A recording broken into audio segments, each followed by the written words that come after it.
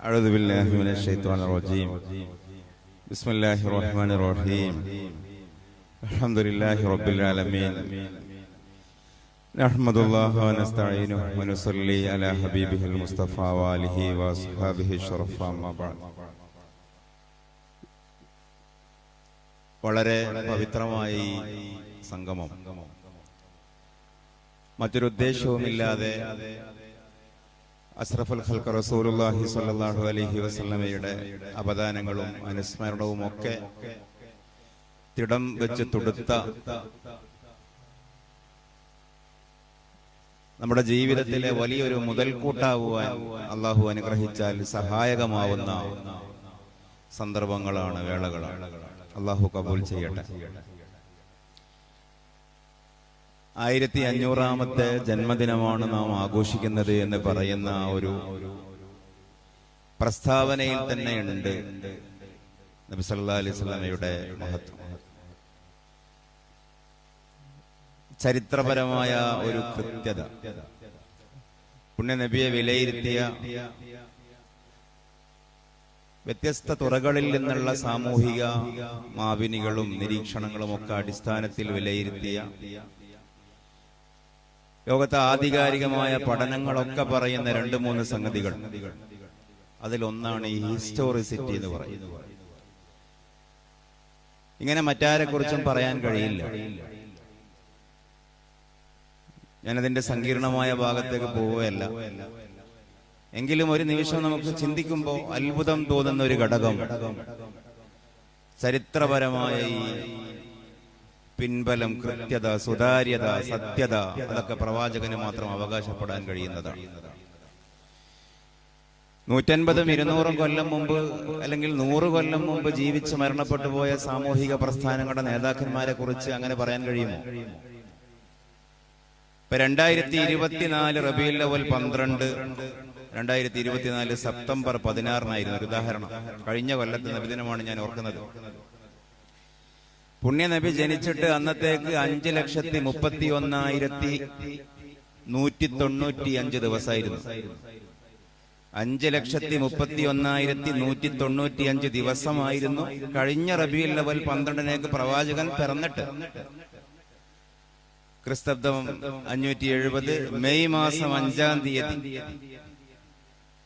തിങ്കളാഴ്ച, ആമുൽ ഫീൽ എന്ന് പറയുന്ന കൊല്ലം, ഹിജ്റക്ക് 53 കൊല്ലം മുമ്പ് റബീഉൽ അവ്വൽ 12. ഞാനതിന്റെ കാലം പറയുകയല്ല, അതിന്റെ ഓരോ വർഷവും നടന്ന സംഭവ വികാസങ്ങൾ ഇസ്ലാമിക ചരിത്രത്തിലുണ്ട്.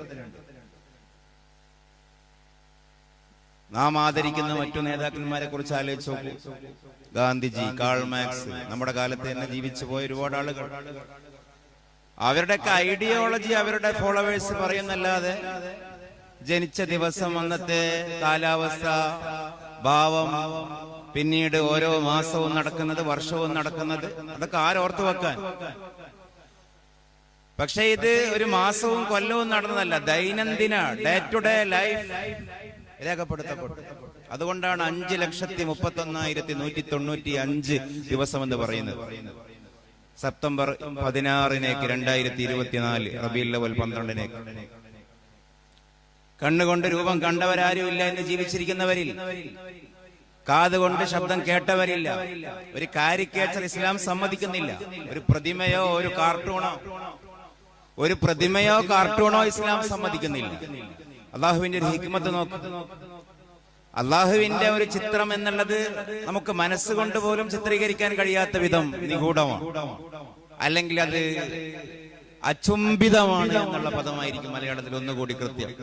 മനോഹരമാണ് എങ്കിലും അപ്രാപ്യമാണ്. അതേ അർത്ഥത്തിൽ തന്നെയാണ് പുണ്യ നബിയുടെ ഒരു ചിത്രം വാസ്തവത്തിൽ ലഭ്യമല്ല. 2000 കൊല്ലം മുമ്പുള്ള മസീഹുല്ലാഹി ഈസാ അലൈഹിസ്സലാം, റസൂലുള്ളാഹിന്റെ കാര്യം ആലോചിച്ച് നോക്കൂ. ക്രിസ്ത്യൻ സഹോദരങ്ങൾ ദൈവമായി വിശ്വസിക്കുന്ന, അല്ലെങ്കിൽ ദൈവത്തിന്റെ ഒരു ഭാഗമായി വിശ്വസിക്കുന്ന നമ്മുടെ മസീഹുല്ലാഹി ഈസാ അലൈഹിസ്സലാം. ഈസാ അലൈഹിസ്സലാമിന്റെ ചിത്രം ഇന്നുണ്ട്. ഏകദേശം ചരിത്രത്തിൽ വായിച്ചാൽ ഇതേപോലെ തന്നെയായിരുന്നു എന്ന് മനസ്സിലാക്കുവാൻ കഴിയുന്ന വിധം ആയിരുന്നു ഈസാ അലൈഹിസ്സലാം. പുണ്യ നബിയുടെ ചിത്രവും ഒരു താപൂത്തിലുണ്ട്. ഞാൻ ആ ഭാഗത്തേക്ക് പോവുകയല്ല. അന്ത്യനാളാകുമ്പോൾ അതൊക്കെ പുറത്തു വരും. ഒരുപാട് കാലം അതുണ്ടായിരുന്നു. പക്ഷേ ഇസ്ലാമിക ലോകത്തെ ഷമായിൽ എന്ന് പറയുന്ന പ്രവാചകന്റെ അവദാനങ്ങളുടെ ലോകത്തെ ഷമായിൽ എന്ന് പറയുന്ന ഒരു ജ്ഞാന മേഖലയുണ്ട്. അതിലെന്താ പറയുന്നത്? കണ്ണുകൊണ്ട് നമ്മൾ കാണാത്ത നബിയുടെ കാലടി മുതൽ തലമുടി വരെ എങ്ങനെയായിരുന്നു? കാലടി മുതൽ തലമുടി വരെ എങ്ങനെയായിരുന്നു? കറുത്ത മുടിയായിരുന്നു, കറുത്ത താടിയായിരുന്നു. സഹാബികൾക്കിടയിലുള്ള ഒരു വാദപ്രതിവാദത്തിന്റെ വിഷയം ആലോചിച്ചാൽ അത്ഭുതപ്പെട്ടു പോകും. റസൂലുള്ളാഹിന്റെ താടി രോമത്തിൽ എത്രയാണ് വഫാത്താകുന്ന? എങ്ങനെയായിരുന്നു? ഒരു വ്യക്തിത്വത്തിന്റെ ആദർശപരമായ അടയാളപ്പെടുത്തൽ എന്നല്ല, നരച്ചത് നരക്കാത്തത്, ചെപ്പിലടക്കപ്പെട്ട മുത്തുപോലെയായിരുന്നു പല്ലുകളെന്ന്, പളുങ്ക് പാത്രം പോലെയായിരുന്നു പ്രവാചകന്റെ കണ്ണുകളെന്ന്, ായ മഴ പെയ്ത് തോർന്ന ആകാശം പോലെ പ്രഫായിരുന്നു മുഖഭാവമെന്ന്, അധികം തടിയില്ലെങ്കിലും നേർത്തതാണെങ്കിലും ദൂരെ നിന്ന് കണ്ണിലൊപ്പിയെടുക്കാൻ കഴിയുന്ന വിധം കൂർത്തതായിരുന്നു പുരികമെന്ന്, റുമ്മാൻ പഴത്തിന്റെ കുരു തിളങ്ങുന്ന പോലെ പ്രവാചകന്റെ കവളിന്റെ തുടിപ്പ് സന്തോഷമുണ്ടാകുമ്പോ തിളങ്ങിയിരുന്നു എന്ന്, മുകളിൽ നിന്ന് താഴോട്ട് നീരൊഴുകുന്ന പോലെ ഇടത്തോട്ടോ വലത്തോട്ടൊക്കെ ചാഞ്ഞും ചെരിഞ്ഞും നോക്കാതെ സ്വച്ഛന്ത സരിത്ത് പോലെയായിരുന്നു നടന്നത് എന്ന്. മുഖത്ത് നോക്കിയാൽ മീതെ നിലാവുമുള്ള രാത്രിയാണെങ്കിൽ ഏതിനാണ് തിളക്കമെന്ന് ഞങ്ങൾക്ക് മനസ്സിലായിരുന്നില്ല എന്ന് ഇതൊക്കെ സഹാബികൾ രേഖപ്പെടുത്തുകയാണ്. കറുത്ത കടലാസിൽ അല്ല, വെളുത്ത കടലാസിൽ കറുത്ത മഷി കൊണ്ട് വരച്ചതുപോലെയായിരുന്നു പ്രവാചകന്റെ ഭൂവദനത്തിൽ വയറ്റിൽ രോമങ്ങൾ കിളിർത്തത് എന്ന് പോലും. അതിനപ്പുറം പറയേണ്ടതില്ലല്ലോ. വെളുത്ത കടലാസിൽ കറുത്ത വര വരച്ചതുപോലെ രോമാവൃതമായ ശരീരമല്ല. 1000 ആൾ ഒന്നിച്ചു നിന്നാലും പ്രത്യേകിച്ച് ഒരാളും പരിചയപ്പെടുത്താതെ തന്നെ ഏത് ശത്രുവിനും അക്കാണുന്നതാണ് മുഹമ്മദ് ബിൻ അബ്ദുള്ള എന്ന് മനസ്സിലാക്കാൻ കഴിഞ്ഞിരുന്നു എന്ന്. ആരും പരിചയപ്പെടുത്തണ്ട. 1000 ആൾക്കിടയിൽ ഇരിക്കുകയാണെങ്കിലും നിൽക്കുകയാണെങ്കിലും ദൂരെ നിന്ന് ഒറ്റ മാത്രയിൽ ഒരു പരിചയപ്പെടുത്തലുമില്ലാതെ മനസ്സിലാക്കുവാൻ കഴിയും. ആ കാണുന്നതാണ് ഈ മുസ്ലിങ്ങൾ പരിചയപ്പെടുത്തുന്ന മുഹമ്മദ് റസൂലുള്ളാഹി ഇന്നും. പക്ഷേ കാരിക്കേച്ചർ ഉണ്ടോ? ഇല്ല. പ്രതിമയുണ്ടോ? ഇല്ല. വീഡിയോ ഉണ്ടോ? ഇല്ല. ശബ്ദമുണ്ടോ? ഇല്ല. ഇങ്ങനെ ലോകത്തേത് നേതാവുണ്ട്? അവിടെയാണ് ഈ ചരിത്രപരത ഒന്ന്. രണ്ടാമത്തേത്, ഞാൻ സാമൂഹികമായ വിശകലനമാണ് പറയുന്നത്. ഞാൻ നേരത്തെ ബോധപൂർവം തന്നെയാണ് മനസ്സിലാക്കാൻ കാൾ മാർക്സിനെയും ഗാന്ധിജിയെയും കൊണ്ടുവച്ചത്. ഉദാഹരണത്തിന്, ഏത് ലോക നേതാക്കന്മാരാണെങ്കിലും അവരുടെ അനുയായികൾ ആ നേതാക്കന്മാരെ അവരുടെ ആദർശപരമായി ആശയപരമായി അവരെ അനുസരിക്കും. പക്ഷേ ജീവിതം കൊണ്ട് അനുകരിക്കുക എന്ന് പറയുന്നത് അവിടെയൊന്നുമില്ല. അനുകരണം ഒന്ന് വേറെയാണ്, അനുസരണം ഒന്ന് വേറെയാണ്. പുണ്യ നബി ഒരേ സമയം അനുകരിക്കപ്പെട്ടു, അനുസരിക്കപ്പെട്ടു. കാൾ മാർക്സ് താടി വെച്ച പോലെ താടി വെച്ചാലേ പാർട്ടിയിൽ മെമ്പർഷിപ്പ് കിട്ടൂ എന്ന് ലോകത്തെ ഏറ്റവും വലിയ കേഡർ സിസ്റ്റമായ കമ്മ്യൂണിസ്റ്റ് പാർട്ടിയിൽ ഒരു ചട്ടമുണ്ടോ? അങ്ങനെയാണെങ്കിൽ ലോകത്ത് കമ്മ്യൂണിസ്റ്റ് പാർട്ടിയിൽ എത്ര മെമ്പർമാരുണ്ടാകും? ഗാന്ധിജി ജീവിച്ച പോലെയാണ് ജീവിക്കേണ്ടത് എങ്കിലേ ഇന്ത്യൻ നാഷണൽ കോൺഗ്രസിൽ മെമ്പർഷിപ്പ് കിട്ടൂ, അല്ലെങ്കിൽ ഗാന്ധി സത്തിൽ മെമ്പർഷിപ്പ് കിട്ടൂ എന്നൊരു ചട്ടം ഉണ്ടായിരുന്നുവെങ്കിൽ എന്താകുമായിരുന്നു സ്ഥിതി? അതേസമയം കാൾ മാർക്സിനെ, എംഗൽസിനെ ഒരുപക്ഷെ ആദർശപരമായി അംഗീകരിക്കേണ്ടി വരും, ഗാന്ധിജിയെ ആദർശപരമായി അംഗീകരിക്കേണ്ടി വരും. തൊഴിലാളി സ്വത്വത്തെ അംഗീകരിച്ചാലേ കമ്മ്യൂണിസം സോഷ്യലിസം മുന്നോട്ട് പോവുകയുള്ളൂ. ദേശപ്രസ്ഥാന സിസ്റ്റത്തെ, ദേശാതിർത്തിയെ, ദേശബോധത്തെ, പൗരസ്വത്വത്തെ അംഗീകരിച്ചാൽ മാത്രമേ ഗാന്ധിസം മുന്നോട്ട് പോവുകയുള്ളൂ. ആദർശപരമായി അംഗീകരിക്കാൻ കടമയുണ്ട് അതിന്റെ ഫോളോവേഴ്സിന്. പക്ഷെ ഇസ്ലാം നോക്കൂ, പുണ്യ നബി പഠിപ്പിച്ചതിനെ ആശയപരമായി അംഗീകരിക്കൽ നിർബന്ധമാണ്. മൽ ഇസ്ലാം ഖാല റസൂലുള്ളാഹി സ്വല്ലല്ലാഹു അലൈഹി വസല്ലം. അൻ തശ്ഹദ അല്ലാ ഇലാഹ ഇല്ലല്ലാഹ് വ അന്ന മുഹമ്മദൻ റസൂലുള്ളാഹ്. നിർബന്ധമാണ്. വ തുഖീമസ് സലാ വ തുഅതിയസ് സക്കാ, നിർബന്ധമാണ്. വ തസൂമ റമളാൻ, നിർബന്ധമാണ്. ഒക്കെ നിർബന്ധമാണ്. അതേസമയം നോക്കൂ, ഈ ഇരിക്കുന്ന മുത്തഅല്ലിമീങ്ങൾ എന്തുകൊണ്ടാണ് വെള്ളച്ചമയത്തിൽ, എന്തുകൊണ്ടാണ് പണ്ഡിതന്മാർ വെള്ളച്ചമയത്തിൽ, എന്തുകൊണ്ടാണ് മുസ്ലിം പണ്ഡിതന്മാർക്ക് തൊപ്പി, ശിരോവസ്ത്രം, താടി? അവിടെ അനുസരണം മാത്രമല്ല, അനുകരണം കൂടിയാണ്. നബി താടി വെച്ച പോലെ താടി, തലേക്കെട്ട് കെട്ടിയ പോലെ തലേക്കെട്ട്, ചിരിച്ച പോലെ ചിരി, കരഞ്ഞ പോലെ കരച്ചിൽ. അങ്ങനെ ലോകത്തുണ്ടായിട്ടുണ്ട്.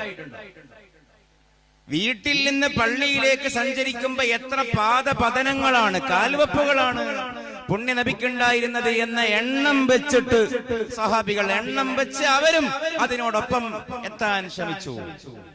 കാലിന് നീട്ടം കൂടിയ സഹാബികൾ അവരുടെ രണ്ട് കാലുകൾക്കിടയിലുള്ള അകലം കുറച്ചു മത്സരിച്ചു.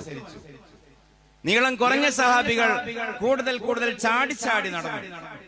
എന്താ ഉദ്ദേശം? പുണ്യ നബി എത്ര കാൽവെപ്പ് കൊണ്ടാണോ പള്ളിയിലെത്തിയത്, ആ കാൽവെപ്പ് കൊണ്ട് തന്നെ പള്ളിയിലെത്തണം. മാംസാഹാര പ്രിയരായിരുന്നു അറബികൾ അന്നും ഇന്നും എന്നും. പക്ഷെ അതിനിടയിൽ ഒരു അപവാദം ഉണ്ടായി. മാംസാഹാരത്തോട് അത്ര വലിയ പ്രതിപത്തി കാണിക്കാത്ത പുണ്യ നബി കരീം സല്ലല്ലാഹു അലൈഹി വസല്ലം മദീനയിലെത്തിയപ്പോ മദീനയിലെ മാർക്കറ്റിൽ ഏറ്റവും താഴ്ന്ന വില നിലവാരമുണ്ടായിരുന്ന പച്ചക്കറി, അതിൽ തന്നെ ചുരങ്ങയൊക്കെ അങ്ങാടി നിലവാരത്തിൽ മോഹവിലക്ക് വിൽക്കപ്പെട്ടു എന്നാണ്. കാരണം എന്താ? സഹാബികൾ ശ്രദ്ധിച്ചു, എന്താണ് പുണ്യ നബിയുടെ ഭക്ഷണ മെനു. നോക്കുമ്പോ ഇറച്ചിയിൽ നിന്ന്, ഇറച്ചിക്കറിയിൽ നിന്ന് തവി കൊണ്ട്, കയ്യിലുകൊണ്ട് ഇറച്ചി കഷ്ണങ്ങൾ മാറ്റിയിട്ട് അതിന്റെ ഇടയിൽ നിന്ന് ചൊരങ്ങ സെലക്ട് ചെയ്യുന്നത് കണ്ടു മദീനക്കാർ. മദീനയിലെ മാർക്കറ്റിലെ വില നിലവാരത്തെ പോലും നിയന്ത്രിക്കുകയായിരുന്നു പുണ്യ റസൂൽ കരീം സല്ലല്ലാഹു അലൈഹി വസല്ലം. വില നിലവാരത്തെ ഖുർആനിൽ എവിടെയും മദീനയിലെ, അറേബ്യയിലെ മുസ്ലിം ലോകത്തെ അടുക്കളയിലെ മെനു നിയന്ത്രിച്ചു റസൂൽ കരീം സല്ലല്ലാഹു അലൈഹി വസല്ലം. ഓരോന്നോരോന്ന് പറയുകയല്ല. അപ്പൊ ഏത് ഭാഗത്ത് നിന്ന് എങ്ങനെ തൊട്ടാലും, ഏത് ഭാഗത്ത് നിന്ന് എങ്ങനെ കോരിയെടുത്താലും അത് മദ്ഹിന്റെ ഒരു ശേഖരമായി മാറുന്ന ബഹുമാനപ്പെട്ട എ വി ഉസ്താദ് വരികയാണ്.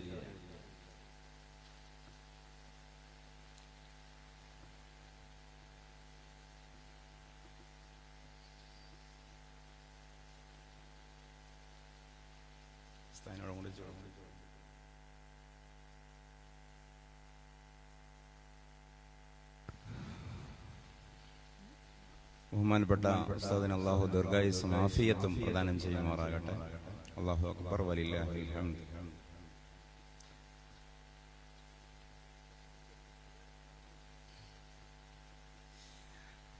ഇപ്പൊ ഞാൻ പറഞ്ഞത്, ഏത് ഭാഗത്ത് നിന്ന് നമ്മൾ പറഞ്ഞാലും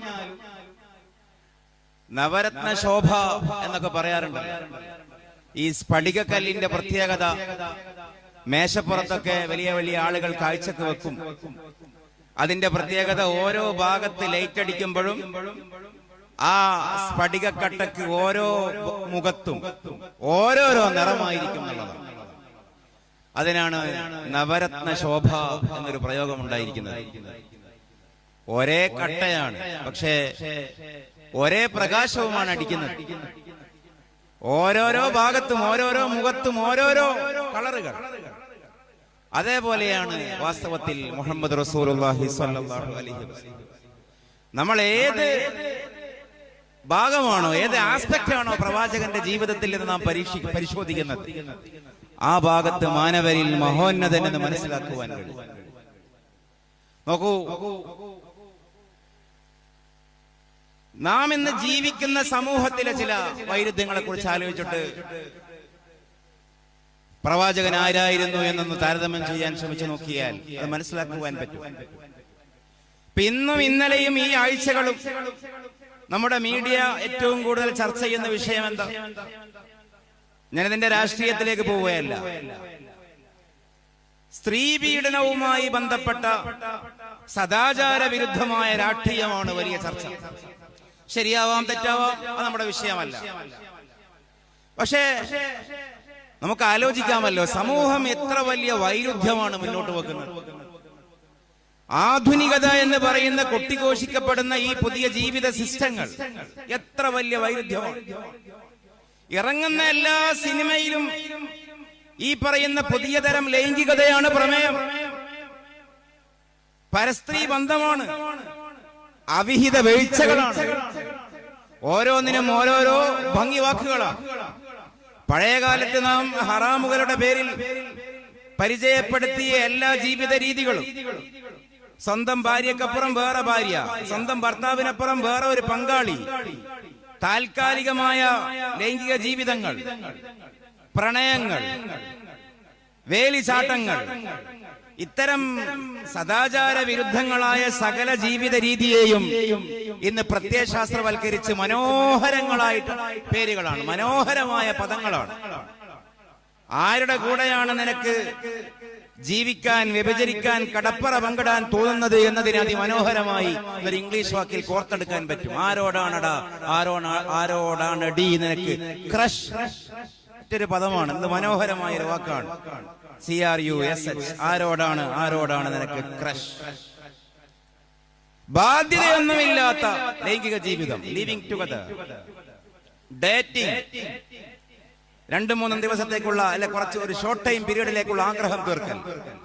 ഇതൊന്നും പ്രതിപാദിക്കാത്ത കലാസൃഷ്ടികൾ ഇന്നില്ല, സാഹിത്യ സൃഷ്ടികൾ ഇന്നില്ല.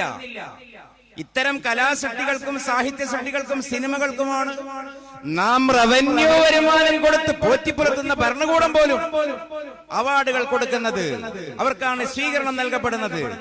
അവരാണ് സോ കോൾഡ് സാംസ്കാരിക നായകന്മാർ. അതേ സമയം ഇതേ സമയം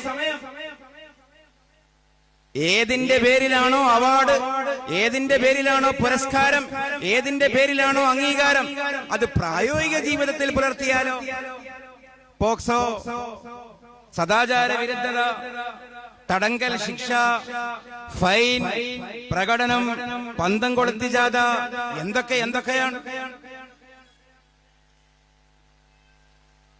നാം ജീവിക്കുന്ന കാലഘട്ടത്തിൽ ജീവിതവുമായി ബന്ധമില്ലാത്ത സമാന്തര സംസ്കാരത്തെയാണ് ഭരണകൂടം പോലും പ്രോത്സാഹിപ്പിക്കുന്നത് എന്ന് വരുന്നുവെങ്കിൽ, അതിനാണ് സാംസ്കാരിക നിലവാരം എന്ന് പറയുന്നത് എങ്കിൽ, ഒരു വാക്ക്, അരച്ചിഹ്നം ഞാൻ പറയുന്നതിൽ അവാസ്തവമുണ്ടോ? ഈ പറയുന്ന ഏതെങ്കിലും ഒരു സിസ്റ്റം ഇല്ലാത്ത ഏതെങ്കിലും ഒരു രീതി നാം പരിചയപ്പെടുത്തിയാൽ എന്താ നാം പഴി കേൾക്കേണ്ടി വരുന്നത്? 7-ാം നൂറ്റാണ്ടിലെ അപരിഷ്കൃതരായിട്ടുള്ള ഗോത്രകാല ജീവികൾ, മതപുരോഹിതന്മാർ, ഇതൊക്കെയാണ് കേൾക്കേണ്ടി വരുന്ന പഴി. പക്ഷേ അവർ തന്നെ മുന്നോട്ട് വെക്കുന്നതനുസരിച്ച് അവര് തന്നെ ജീവിച്ചാലോ, താൻ കുഴിച്ച കുഴിയിൽ താൻ തന്നെ വീണു എന്ന് പറയുന്ന സിസ്റ്റം. പക്ഷെ ഇവിടെയാണ് സുതാര്യമായ, അകവും പുറവും ഒന്നായ, അടുക്കളയിലും അരങ്ങത്തും ഒന്ന് പറയുന്ന, ഏട്ടിലും പാട്ടിലും ഒന്ന് തന്നെ പാടുന്ന, വൈരുദ്ധ്യങ്ങളില്ലാത്ത ഋജുവായ, ഹനീഫായ, മുസ്ലിമായ, മുഹമ്മദായ നേതാവ് നിൽക്കുന്നത് സ്വല്ലല്ലാഹു അലൈഹി വസല്ലം. പറയുന്നതൊന്ന് വേറെയും ചെയ്യുന്നതൊന്ന് വേറെയുമല്ല. അത് തന്നെയാണ് ഈ 2025 നാം നിലകൊള്ളുന്ന ഈ ശ്വാസോച്ഛ്വാസം കഴിക്കുന്ന ഈ നിമിഷത്തിലും ഒന്നാമനായി മാനവികതയുടെ മാതൃകയായി മുഹമ്മദ് റസൂലുള്ളാഹി സ്വല്ലല്ലാഹു അലൈഹി വസല്ലം നിൽക്കുന്നത്. പിടിക്കപ്പെട്ടു സഹാബിയായ സഫ്വാനും പിതാവും. ചരിത്രത്തിലെ ഒരു ചെറിയ ചേന്ത് ഖുറൈശികൾ പിടിച്ചതാണ് ബദർ യുദ്ധത്തിന്റെ തൊട്ട് മുമ്പ്. വിലപേശി ഞങ്ങൾക്ക് വിട്ടുതരണം. പക്ഷെ അത് കരാറ് വെച്ചു, ഞങ്ങളോട് യുദ്ധം ചെയ്യാൻ വരരുത്, വിട്ടുകൊടുത്തു. കുറച്ച് ദിവസങ്ങൾക്ക് ശേഷമാണ് ബദർ വരുന്നത്. ഈ സഹാബിയും പിതാവും പുണ്യ നബിയുടെ അടുത്തെത്തി സമ്മതത്തിന്. അപ്പൊ പറഞ്ഞു, നിങ്ങളെ വിട്ടുകിട്ടാൻ എന്റെ ദൂതൻ അവരോട് പറഞ്ഞ വാക്കാണ്, നിങ്ങൾക്കെതിരെ യുദ്ധം ചെയ്യില്ല. അതുകൊണ്ട് നിങ്ങൾ മദീനയിൽ വെച്ച് വിജയിക്കാൻ ദുആ ചെയ്താൽ മതി. അവരറിയുന്നില്ല, കാണുന്നില്ല നിങ്ങൾ യുദ്ധത്തിൽ പങ്കെടുക്കുന്നതും വാക്ക് തെറ്റിക്കുന്നതും. പക്ഷെ അവരോട് കൊടുത്ത വാക്ക് എന്റെ വാക്കാണ്, ഞാൻ മായം ചെയ്യില്ല, ഇത് നിങ്ങൾക്കറിയില്ലേ എന്ന് മുഹമ്മദ് റസൂലുള്ളാഹി സ്വല്ലല്ലാഹു അലൈഹി വസല്ലം. വോട്ട് ചോരി കാലത്ത് ആലോചിച്ച് നോക്കൂ, വോട്ട് ചോരി കാലത്ത് ആലോചിച്ച് നോക്കൂ. ടെലിവിഷനിൽ വന്നൊന്ന് പറയുക, സ്റ്റേജിൽ വന്നൊന്ന് പറയുക, തിരശ്ശീല താഴ്ത്തിയിട്ട് ഗ്രീൻ മുറികളിൽ നിന്ന് മറ്റൊന്ന് ചെയ്യുക, ചിരിക്കുന്നവർ തന്നെ കരയിപ്പിക്കുക, കാരുണ്യം പറയുന്നവർ ലോകത്തെ ഏറ്റവും വലിയ കാഠിന്യത്തിന്റെ വക്താക്കളാവുക. ലോകത്ത് എല്ലാ യുദ്ധങ്ങൾക്കും പ്രത്യക്ഷത്തിലോ പരോക്ഷത്തിലോ കാരണമാകുന്ന ലോകത്തെ ഏറ്റവും വലിയ ഫ്രോഡ് തെമ്മാടി രാഷ്ട്രമാണ് ഇന്ന് United state of America. Donald Trump എന്ന ദ്വിമുഖനായ വ്യക്തി, അയാൾക്ക് അരമണിക്കൂർ മതി ഗാസയിലെ ഫലസ്തീനിലെ യുദ്ധം ഇല്ലായ്മ ചെയ്യുവാൻ. അദ്ദേഹമാണ് മിഡിൽ ഈസ്റ്റിനെ മുഴുവനും രക്തരൂക്ഷിത കലാപത്തിന്റെ ഭൂമിയാക്കുന്നത്, ആയുധ വിൽപ്പന നടത്തുന്നത്. ആള് തന്നെ പറയുകയാണ്, ഇന്ന് സമാധാനത്തിന്റെ നോബൽ സമ്മാനത്തിന് ഞാനാണ് അർഹൻ. കാരണം ഞാൻ 5 അല്ലെങ്കിൽ 6 അല്ലെങ്കിൽ 7 രാഷ്ട്രങ്ങൾക്കിടയിലുള്ള യുദ്ധം എന്റെ ഈ ടേമിനകത്ത് ഞാൻ ഇല്ലായ്മ ചെയ്തു. യുദ്ധത്തിന് ഒരു ഭാഗത്ത് തീ കൊളുത്തുക, മറ്റേ ഭാഗത്ത് സമാധാന പ്രഭാഷണം നടത്തുക, വേശ്യയുടെ ചരിത്ര പ്രഭാഷണം പോലെ. ആ കാലത്താണ് ഈ നേതാവിനെ ഓർക്കേണ്ടത്. അത് മനസ്സിലാക്കുന്നവരുണ്ട് ലോകത്ത്. അതുകൊണ്ടാണ് Michael H heart The most influential personalities in the human history, The 100 എന്ന പുസ്തകത്തിൽ, ഐസക് ന്യൂട്ടൻ രണ്ടാമനായ പുസ്തകത്തിൽ, യേശുക്രിസ്തുവും ശ്രീബുദ്ധനും പിമ്പിലായ പുസ്തകത്തിൽ, മഹാത്മാഗാന്ധിജിക്ക് പോലും ഒരിടം കിട്ടാതെ പോയ പുസ്തകത്തിൽ ഒന്നാമനായി മുഹമ്മദ് റസൂലുള്ളാഹി സ്വല്ലല്ലാഹു അലൈഹി വസല്ലം വന്നത്. വിവരമുള്ള ലോകം പുണ്യ നബിയെ അംഗീകരിച്ചിട്ടുണ്ട്. പ്രവാചകന്റെ വിമർശകന്മാർ പോലും പുണ്യ നബിയെ അംഗീകരിച്ചു. ഇന്ന് നാം ഈ ഗാസയെ ഓർത്തല്ലോ. ഇസ്രായേലിലെ ഏറ്റവും വലിയ പ്രവാചക, യഹൂദ വംശാവലിയിലെ വലിയ ആധുനിക പ്രവാചക വിമർശകയായിരുന്നു ലേസി ഹസൽട്ടൺ. ഒരുപക്ഷെ നമ്മൾ പോലും ചിന്തിക്കാത്ത ഭാഗമൊക്കെ പറഞ്ഞിട്ടാണ് അവര് പുണ്യനബിയുടെ സത്യതയെ ലോകത്തിന്റെ മുമ്പിൽ പരിചയപ്പെടുത്തിയത്. ഇന്ത്യൻ സ്വാതന്ത്ര്യ സമര പ്രസ്ഥാനത്തിന്റെ വലിയ ഭാഗമായിരുന്ന അനീബസന്റെ ഒക്കെ പ്രവാചക പ്രകീർത്തനം മദ്ഹ് ചെയ്തതിന്റെ അരികത്തെത്താൻ ഒരുപക്ഷെ നമുക്ക് പോലും കഴിയണമെന്നില്ല, കഴിഞ്ഞിട്ടില്ല. തീർച്ചയായും അവരവരുടെ ഒരു ലേഖനത്തിൽ പറയുന്നുണ്ട്, എന്തുകൊണ്ടാണ് മദീനയിലെ മുഹമ്മദ് റസൂലുള്ളാഹി സ്വല്ലല്ലാഹു അലൈഹി വസല്ലമയെ ലോകം അംഗീകരിക്കേണ്ടത് എന്ന് ചോദിച്ചാൽ അതിന്റെ ഉത്തരം ഞാൻ മനസ്സിലാക്കിയത്, അനീബസന്റ് പറയുകയാണ്, ഞാൻ മനസ്സിലാക്കിയത് വിശുദ്ധ ഖുർആനിലെ അബസ വതവല്ല എന്ന് പറയുന്ന അധ്യായമാണ്. അബസ വതവല്ല അൻ ജാഅഹുൽ അഅ്മ വമാ യുദ്രീക ലഅല്ലഹു അയ്യസക്ക. ആ ഭാഗം അവർ കോട്ട് ചെയ്യുന്നുണ്ട്. വരേണ്യരായ ഖുറൈശി പ്രവൃത്തികളും പ്രമാണികളുമായിട്ടുള്ള ആളുകളുമായി ഒരു സംഭാഷണത്തിലായിരുന്നു പുണ്യ റസൂൽ കരീം സ്വല്ലല്ലാഹു അലൈഹി വസല്ലം. അവരുടെ ഇസ്ലാം ആശ്ലേഷമാണ് ഉദ്ദേശം. അവർ പ്രധാനികളാണ്. എപ്പോഴെങ്കിലുമേ അവരുമായിട്ടുള്ള അപ്പോയിന്റ്മെന്റ് ഒക്കെ സാധ്യമാവുകയുള്ളൂ. അവരൊക്കെ ഇസ്ലാമിലേക്ക് വന്നാൽ ഇസ്ലാമിന് വലിയ നേട്ടമാണ് അന്നത്തെ ഒരു പൊളിറ്റിക്കൽ സിസ്റ്റം അനുസരിച്ച്. അപ്പോഴാണ് എന്നും ഏറെക്കുറെ കാണുന്ന തന്റെ തന്നെ സ്നേഹിതനായ അനുയായിയായ അബ്ദുല്ലാഹി ഇബ്നു മക്തൂം എന്ന അന്ധനായ സ്വഹാബി വരുന്നത്. ഇത് ഈ ആയത്തിന്റെ തഫ്സീറിൽ ഒരു മുഫസ്സിർ പറയുന്ന ഭാഗമല്ല. ഇത് വിദേശിയായ ഇന്ത്യൻ നാഷണൽ കോൺഗ്രസിന്റെ നേതാവായ സ്വാതന്ത്ര്യ സമര സേനാനിയായ മിസിസ് അനീബസൻ അവര് പറയുകയാണ്, ഉമ്മു മക്തൂം വന്നപ്പോൾ പ്രവാചകൻ വേണ്ട വിധം ഗൗനിക്കാതെ പോയ ഒരു സന്ദർഭം, ഒരു നിമിഷം ഒരിക്കലും അവഗണിച്ചിട്ടില്ല. പക്ഷേ എപ്പോഴും കാണുന്ന ഒരാളാണ് വന്നിരിക്കുന്നത്. അധികം സംസാരിക്കാൻ കിട്ടാത്ത നേതാക്കന്മാരാണ് മറ്റൊരു ഭാഗത്ത്. എന്നും കാണുന്ന സാധാരണക്കാരനായ തന്റെ അനുയായിയെ വേണ്ട വിധം ഗൗനിക്കാതെ ഇസ്ലാമിന് വേണ്ടിയുള്ള ചർച്ചയുമായി പ്രവാചകൻ മുന്നോട്ട് പോകുമ്പോഴാണ് അള്ളാഹു തിരുത്തുമായി മുഖറബുൽ അംലാഖ് ജിബ്രീൽ അലൈഹിസ്സലാമിനെ പറഞ്ഞയക്കുന്നത്. റസൂലുള്ളാഹിനെ അനീബസന്റെ ഭാഷയിൽ പറഞ്ഞാൽ ശാസിക്കുകയാണ്. അബസ, മുഖം ചൊളിച്ചു കളഞ്ഞില്ലേ, വതവല്ല, ഗൗനിക്കാതെ വിട്ടില്ലേ, അൻ ജാഅഹുൽ അഅ്മ, അന്ധൻ വന്നതിനെ ചൊല്ലി വമാ യുദ്രീക ലഅല്ലഹു അയ്യസക്ക. ഈ സംസാരിക്കാൻ തെരഞ്ഞെടുത്ത ഈ അഭിസംബോധിതരായ വരേണ്യരേക്കാൾ ഹൃദയശുദ്ധി ഒരുപക്ഷെ ഈ വന്നണഞ്ഞ അന്ധനായിരിക്കുമല്ലോ. താങ്കൾക്ക് എന്തറിയാം? അനീബസന്റ് സൂക്ഷ്മമായ ഒരു ഭാഗം പറയുന്നത്, മുഹമ്മദ് അല്ലാത്ത മറ്റൊരാളായിരുന്നു ആ സ്ഥാനത്തെങ്കിൽ ഈ 3 ആയത്തുകൾ മൂടി വെക്കുമായിരുന്നു, ലോകത്തോട് വിളിച്ച് പറയാൻ തയ്യാറാകില്ലായിരുന്നു. കാരണം എന്താണ് ഈ പറയുന്നത്? എന്നെ അള്ളാഹു ശാസിച്ചിരിക്കുന്നു, എന്റെ നിലപാട് അള്ളാഹു തിരുത്തിയിരിക്കുന്നു, ഞാൻ ചെയ്തതല്ല ശരി എന്ന് അള്ളാഹു പറഞ്ഞിരിക്കുന്നു. അതുകൊണ്ട് ഉമ്മു മക്തൂമയെ മാപ്പ്, നിങ്ങളോട് ഞാൻ ചെയ്തതിനെ ചൊല്ലി അള്ളാഹു എന്നെ തിരുത്തി, എന്നെ ശാസിച്ചു എന്ന് ലോകത്തോട് വിളിച്ചു പറയാൻ സത്യസന്ധരിൽ സത്യസന്ധനായ മുഹമ്മദിനല്ലാതെ മറ്റാർക്ക് പറ്റുമെന്ന് ഇന്ത്യൻ സ്വാതന്ത്ര്യ സമരത്തിൽ വലിയ സാന്നിധ്യമായ ദൈക്ഷണിക ഇന്ത്യയുടെ ശില്പികളിൽ ഒരാളായ മിസസ് ആനി ബസന്റ്. നിരീക്ഷിക്കുന്നവർക്ക് കാര്യം മനസ്സിലാകും എന്നാണ് ഞാൻ പറഞ്ഞത്. എത്ര മനോഹരമായ ഭാഗമാണ്. ഞാൻ തൊട്ടു മുമ്പ് ഒരു പേര് പറഞ്ഞു, ലേസി ഹസട്ടൻ. അവർ സൂറത്ത് ത്വാഹയിൽ ഒരു ഭാഗം ഉദ്ധരിക്കുന്നുണ്ട്, പ്രവാചകന്റെ സത്യസന്ധതയുടെ തെളിവായിട്ട്. വഹി ഇറങ്ങിക്കൊണ്ടിരിക്കുമ്പോ മറന്നുപോകാതിരിക്കാൻ അവിടെ വെപ്രാളപ്പെടുന്ന പുണ്യ നബിയെ സൂറത്ത് ത്വാഹ പരിചയപ്പെടുത്തുന്നുണ്ടല്ലോ, അല്ലെങ്കിൽ അങ്ങനെ ഒരു സൂചന തരുന്നുണ്ടല്ലോ. വലാ തഅജൽ ബിൽ ഖുർആൻ മിൻ ഖബ്ലി അയ്യുഖലാ ഇലൈക വഹ്യു ഖുർ റബ്ബി സിദ്നി ഇൽമാ. അതാണ് ആ ഭാഗം. എന്തിനാണ് അങ്ങ് തത്രപ്പെടുന്നത്?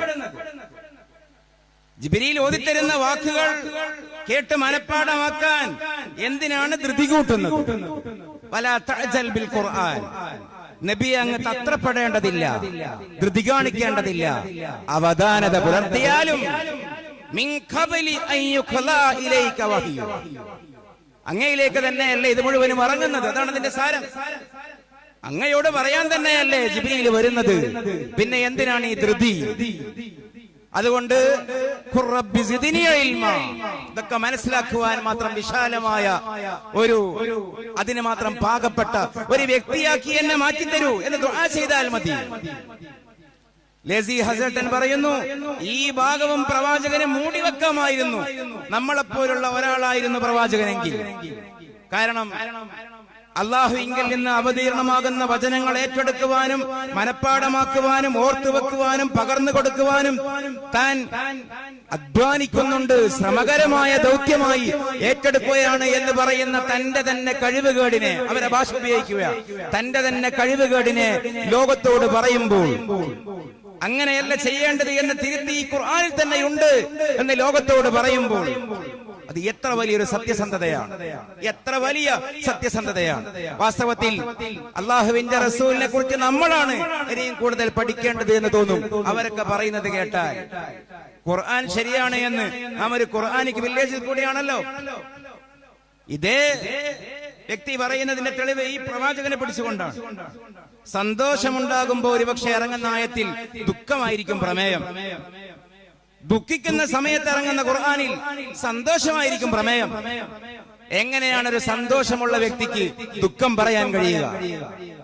എങ്ങനെയാണ് ദുഃഖമുള്ള ഒരു വ്യക്തിക്ക് സന്തോഷം പറയാൻ കഴിയുക? നിരാശ മാത്രം 4 ഭാഗത്തും പൊതിയുന്ന സന്ദർഭത്തിലാണ് പ്രവാചകന്റെ വാക്കുകളിൽ പ്രതീക്ഷ മാത്രം വരുന്നത്. ഞങ്ങൾ ഭക്ഷിച്ചാലും ഞങ്ങൾ കാഷ്ടിച്ചാലും ഒട്ടകം കാഷ്ടിച്ചാലും രണ്ടും ഒരുപോലെ, രണ്ടും പുല്ല് തിന്നിട്ട് കറുപ്പ് നിറമായിരുന്നു എന്ന് സഹാബികൾ പറഞ്ഞൊരു കാലഘട്ടം അവർക്കുണ്ടായിരുന്നല്ലോ. ഒട്ടകത്തിനും ഭക്ഷണം പുല്ല്. ശുഅബ് ബനി അബി ത്വാലിബിൽ ഉപരോധം ചെയ്യപ്പെട്ടപ്പോ പുണ്യ നബിക്കും കൂട്ടാളികൾക്കും ഭക്ഷണം അതും പുല്ല്. ഒടുവിൽ കാഷ്ടിച്ചാൽ അത് ഉണങ്ങിയാൽ മനുഷ്യ കാഷ്ടവും ഒട്ടകത്തിന്റെ കാഷ്ടവും ഏതെന്ന് തിരിച്ചറിയാൻ കഴിയാത്ത കാലം. ആ കാലഘട്ടത്തിലാണ് പ്രവാചകൻ പറയുന്നത്, ഏദൻ മുതൽ ഈലാ വരെ ഒരു പെണ്ണ് നിർഭയയായി സഞ്ചരിക്കുന്ന കാലം വരും. അത്രയും നിർഭയത്വം, ഇസ്ലാമികമായ സാമ്രാജ്യം വികസിക്കും എന്ന് പറയുന്ന കാലമേതാണ്? ആത്മവിശ്വാസത്തിന്റെ അവസാന വാക്ക്. അത്രയും ബോധ്യമുള്ള ഒരാൾക്കല്ലേ അത് പറയാൻ കഴിയൂ? ഞാൻ ദീർഘിപ്പിക്കുന്നില്ല, ഈ ഒരു ഭാഗം മാത്രം പറഞ്ഞ് അവസാനിപ്പിക്കുകയാണ്. അത്രയും നമുക്കൊക്കെ എന്ത് ബോധ്യമാണുള്ളത്? പുണ്യനബിയുടെ ബോധ്യത്തിന്റെ ഒരു ശക്തി ആലോചിച്ച് നോക്കൂ. അത്രയും ബോധ്യമുള്ള, തനിക്ക് അവതീർണമാകുന്നത് അള്ളാഹുവിങ്കിൽ നിന്നുള്ള ഖുർആൻ തന്നെയാണെന്ന്, ഈ ഖുർആൻ പറയുന്നത് മുഴുവനും മാത്രമേ നാളെ പുലരൂ എന്ന്, ഒരിക്കലും ഈ പറയുന്നതൊന്നും വ്യാജമല്ലെന്ന് അതിന്റെ അടിത്തട്ടിൽ, അതിന്റെ കാമ്പിൽ, അതിന്റെ മർമ്മത്തിൽ തൊട്ട ഒരു മനുഷ്യന് മാത്രമല്ലേ ആ ആത്മവിശ്വാസം അവലംബിക്കുവാൻ കഴിയുകയുള്ളൂ. ഹജ്ജിന് മുമ്പറക്കും പോയവർക്ക് അറിയാമല്ലോ, മക്കയിൽ ഒരു പക്ഷേ ഏറ്റവും കണ്ണീരും കൗതുകവും സമ്മേളിക്കുന്ന ഒരു ദൃശ്യം ഗാർ സൗർ ആയിരിക്കും. കുത്തനെ മുകളിലോട്ട് നോക്കേണ്ടി വരും അത് കാണാൻ. അത്ഭുതപ്പെട്ടു പോകും. ഒരു സ്വല്പം ഹിസ്റ്റോറിസിറ്റി, ഒരു നൊസ്റ്റി ഫീലുള്ള ഒരു വ്യക്തിയെ ഒരേ സമയം കണ്ണീരും കൗതുകവും അണിയിക്കാൻ മാത്രം ശക്തമായ ഒരു ഇന്നുമുള്ള ചിഹ്നമാണ് ഗാർ സൗർ. കയറിപ്പോകണം ചെങ്കുത്തായ മലയിൽ, അതിനകത്തിരിക്കുകയാണ്. 3 ദിവസം അതിനകത്തിരുന്നു. അതിനകത്തിരിക്കുമ്പോ കിങ്കരന്മാര് പിടിക്കാൻ വന്ന സന്ദർഭം. ഒന്ന് താഴേക്ക് നോക്കിയാൽ ഉമയ്യത്ത് ബിൻ ഖലഫിനും കിങ്കരന്മാർക്കും ആളെ പിടികിട്ടും. അതിനകത്തുണ്ട് പുണ്യ നബിയും സിദ്ദീഖുൽ അക്ബർ റളിയല്ലാഹു അൻഹു. സിദ്ദീഖ് തങ്ങൾക്ക് ബേജാറായി. അവര് നമ്മളെ പിടിക്കുമോ, അവര് നമ്മളെ പിടിക്കുമോ എന്ന് ചോദിച്ചപ്പോ വാസ്തവത്തിൽ ആരെയാണ് സമാധാനപ്പെടുത്തേണ്ടത്? അവിടെ ഉമയ്യത്ത് ബിൻ ഖലഫിനും സംഘത്തിനും ഒരിക്കലും അബൂബക്കർ ബിൻ അബീ ഖുഹാഫയുടെ തലയോട് താല്പര്യമില്ല. ജീവനോട് കൊണ്ടുവന്നാലും അറുത്തു കൊണ്ടുവന്നാലും തലക്ക് 100 ചുവന്ന ഒട്ടകം ഇനാം പ്രഖ്യാപിക്കപ്പെട്ടത് അള്ളാഹുവിന്റെ റസൂലിന്റെ തലയാണ്. അവർ അബൂബക്കർ സിദ്ദീഖിനെ കണ്ടാലും വെറുതെ വിടും. കാരണം മക്കയിലെ നമ്പർ 1 വ്യാപാരിയാണ്. അബൂബക്കറിനോട് അന്നും ഒരുപാട് കച്ചവടക്കാർ, ഷെയർ പാർട്ട്നേഴ്സ് ഖുറൈശികൾക്കിടയിൽ, കുഫാറിനിടയിൽ അന്നും ഉണ്ട്. അതേസമയം അവർ പിടിക്കാൻ വരുന്നത് പുണ്യനബിയെ അബൂബക്കറാണ് റളിയല്ലാഹു അൻഹു സമാധാനിപ്പിക്കേണ്ടത്. പക്ഷേ പുണ്യനബി തിരിച്ചു ചോദിക്കുകയാണ്, മാ ദന്നുക ബിസ്നൈൻ വസാലിസുഹും അല്ലാഹ്. എന്തൊരു വാക്കാണ് ആ വാക്ക്? അബൂബക്കർ, നീ എന്തേ വിചാരിച്ചിരിക്കുന്നത്? മാ ദന്നുക ബിസ്നൈൻ വസാലിസുഹും അല്ലാഹ്, മൂന്നാമൻ അല്ലാഹുവായ 2 പേരെ കുറിച്ച് നീ എന്തേ വിചാരിച്ചത് എന്ന് ആ തീക്ഷ്ണതയുടെ, സന്നിഗ്ധതയുടെ സന്ദർഭത്തിൽ ചോദിക്കുവാൻ പുണ്യനബിയുടെ കേവലം ധീരതയല്ല കാരണം, ആത്മവിശ്വാസം നമുക്കില്ലാതെ പോയതും ആ ഒരൊറ്റ സാധനമാണ്. 21-ാം നൂറ്റാണ്ടിലെ മുസ്ലിം സമൂഹത്തിന് ഇല്ലാതെ പോയത്, ചുരുക്കി നമ്മളിലേക്ക് വന്നാൽ ഈ സമൂഹത്തെ നട്ടെല്ല് നിവർത്തി നേരിടാൻ നമുക്കില്ലാതെ പോയ ഏക സാധനം ഈ പറയുന്ന ആത്മവിശ്വാസമാണ്. മാ ദന്നുക ബിസ്നൈൻ. അത് പിന്നീട് ഖുർആൻ പ്രമേയവൽക്കരിച്ചു. സാനിയസ്നൈനി ഇദ് ഹുമാ ഫിൽ ഗാർ ഇദ് ഖാല ലിസാഹിബി ലാ തഹ്സൻ ഇന്നല്ലാഹ മഅനാ. പ്രവാചകന്റെ ആത്മവിശ്വാസത്തെ അല്ലാഹു അടയാളപ്പെടുത്തുകയായിരുന്നു. അത്രയും ബോധ്യമുള്ള ഒരാളാണ്. ഏറ്റവും വീട്ടിലേക്ക് ഓടിയില്ലേ? എന്തിനാണ് ഓടിയത്? യുക്തിവാദികൾ അല്ലെങ്കിൽ മതവിമർശകർ, പ്രവാചക വിമർശകർ, അവര് പറയുന്നതിന് ഇവിടെയുണ്ട് മറുപടി. മനഭ്രാന്താണെന്ന് കുറെ കൂട്ടർ, അഭിനയമാണെന്ന് വേറെ കുറെ ആളുകൾ, വിവരക്കേടാണെന്ന് വേറെ കുറെ ആളുകൾ, സ്വന്തം ഭാര്യയിലേക്കും കൂട്ടുകാരിലേക്കും വീട്ടുകാരിലേക്കും ആദ്യം പോയി പറയണമെങ്കിൽ അതിലെന്തേ ഇത്ര വലിയ അഭിനയം? നമ്മളൊരു വിഷയം അഭിനയിക്കുക എവിടെ പോയാലാണ്. അല്ലെങ്കിൽ ഒരു വിഷയം അഭിനയിക്കണമെങ്കിൽ എന്താണ് ചെയ്യുക? അധികാരം വേണം, പെണ്ണ് വേണം, അല്ലെങ്കിൽ സ്വത്ത് വേണം. അതിനൊക്കെ ഉള്ള ഒരു മാർഗമായി, ആയുധമായിട്ട് ഈ നുബുവത്തിനെയും പ്രവാചകത്വത്തെയും ദുരുപയോഗം ചെയ്യലായിരുന്നു പ്രവാചകന്റെ ഉദ്ദേശമെങ്കിൽ നമ്മളെന്താ ചെയ്യുക?